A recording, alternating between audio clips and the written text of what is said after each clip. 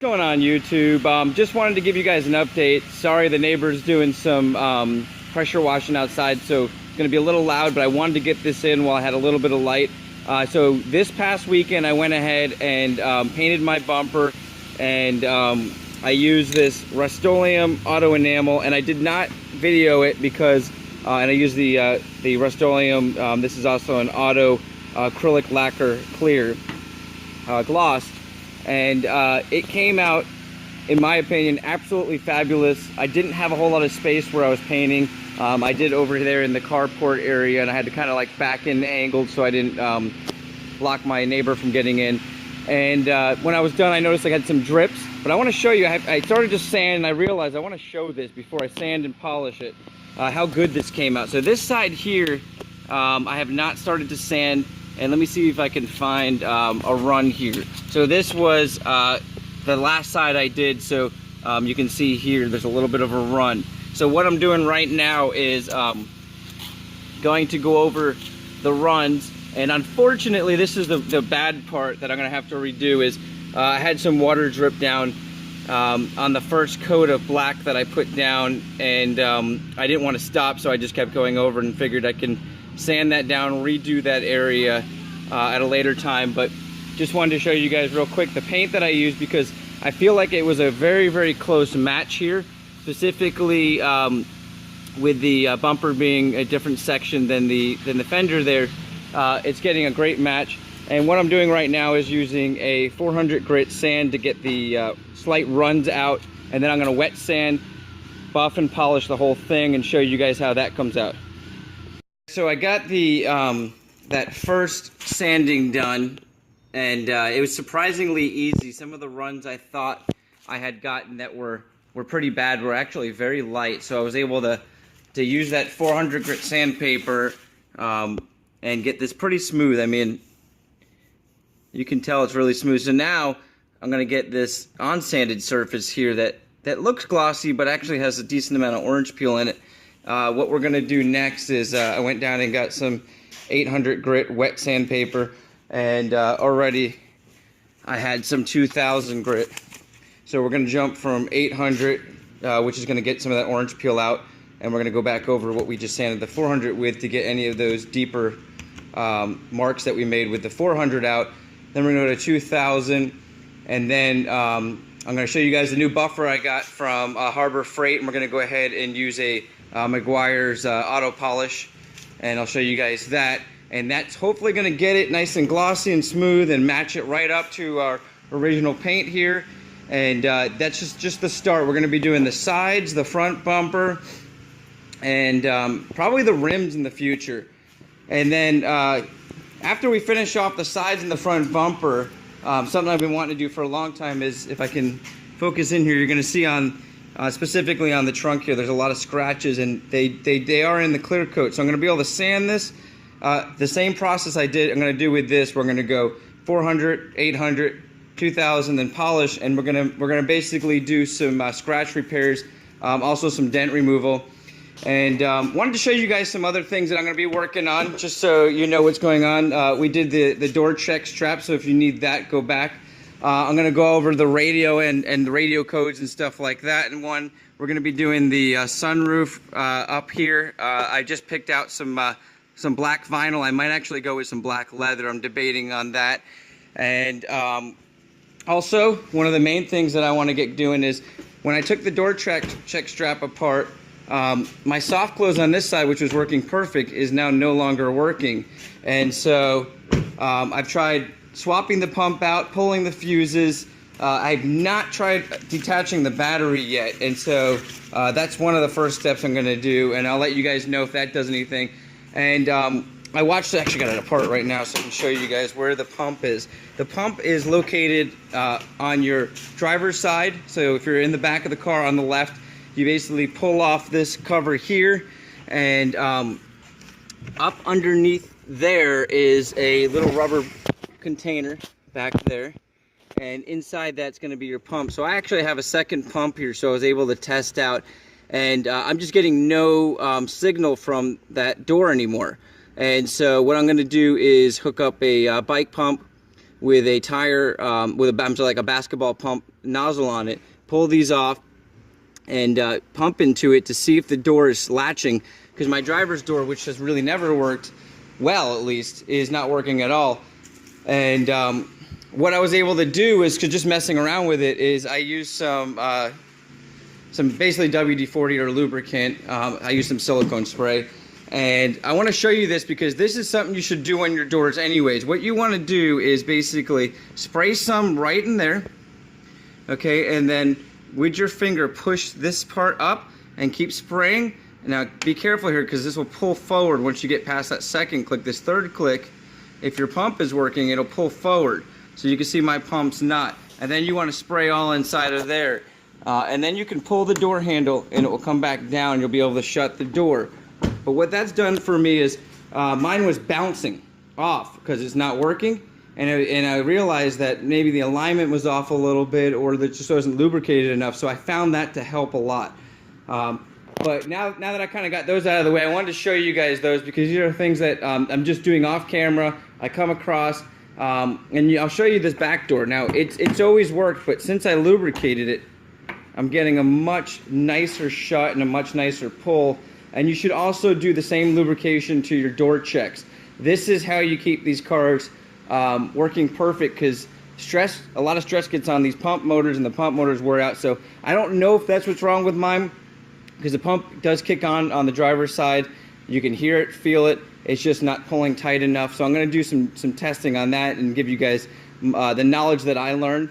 And but now back to this project. I want to show you guys specifically, if any of you guys are wanting to paint, and you're not wanting to spend a ton of money at a paint shop. And the reason why I am not going to a paint shop to do this is because obviously my paint is original, and eventually I'm going to paint the whole car, but I'm going to go all out. And this is allowing me to test out what I really want to see with the car. Do I want to cover the chrome? Do I want to paint the bottom black? And so far I've come to the conclusion that I'm going to keep the chrome at least on the bumpers, and I've basically plasti dipped over this one, and I'm going to decide, because taping that one off is going to be very difficult. So I think I might paint over the plasti dip, because I've watched some videos where that's capable, and that way in the future, if I want to peel off and expose that chrome, or even right after I'm done painting it, it'll be a lot easier than trying to tape it off. So it's kind of a trick that I'm going to test out. It might not work, it might work, but I've seen some videos where people have painted over plasti dip, and it was able to be peeled off. So I'm going to go back to, going to go ahead and sand this down, and then we're going to start polishing. I'm going to show you guys the final results on this.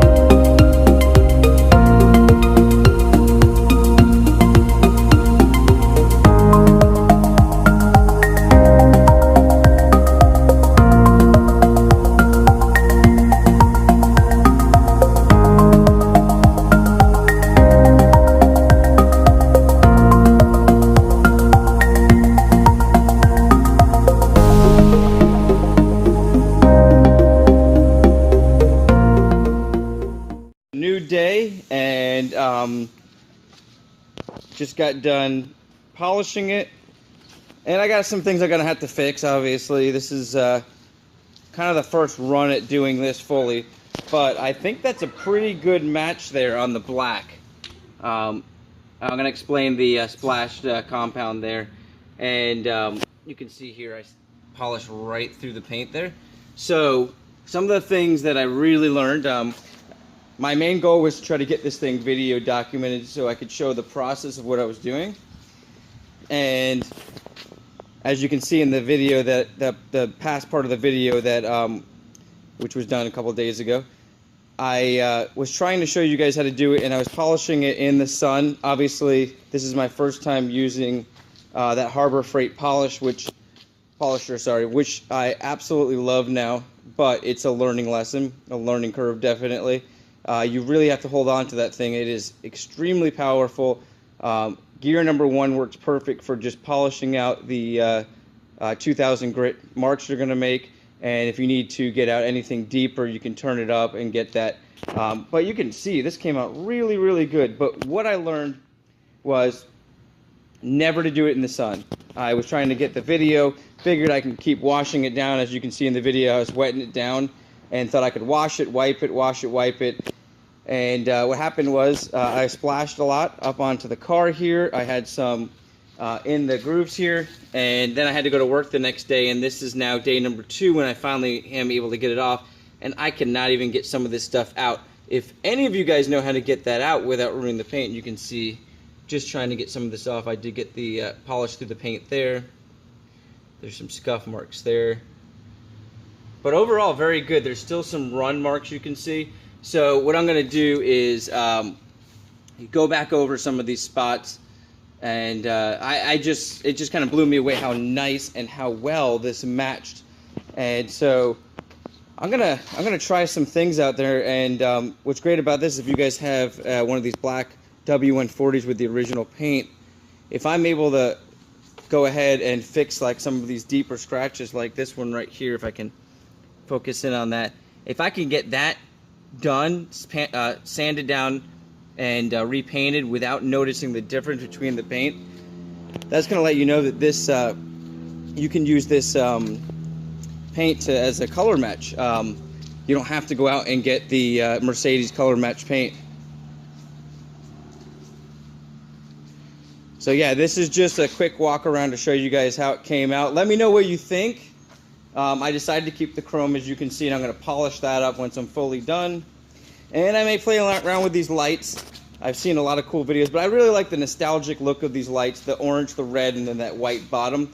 But I might try to black out part of it. I'm not sure. But that might just be a video where I do it and then peel it back off, because you can do it with the Plasti Dip as well. And then I'm going to be working on the front bumper, the sides. And I tried to get some halogen lights for this. That's another video that's going to be coming out. And I ran into an issue, got some on eBay for like $7, and they were the wrong ones. And I'm probably going to go with some more expensive ones to kind of give it that original halogen look that some of the more expensive models came with. And but you know, guys, let me know what else you want to see. I got lots of videos coming. Thanks again for tuning in. Thanks again for watching my mistakes and learning with me as we go and rebuilding this car. Have a great day, guys. My name's Peter. Subscribe, like, and share, please.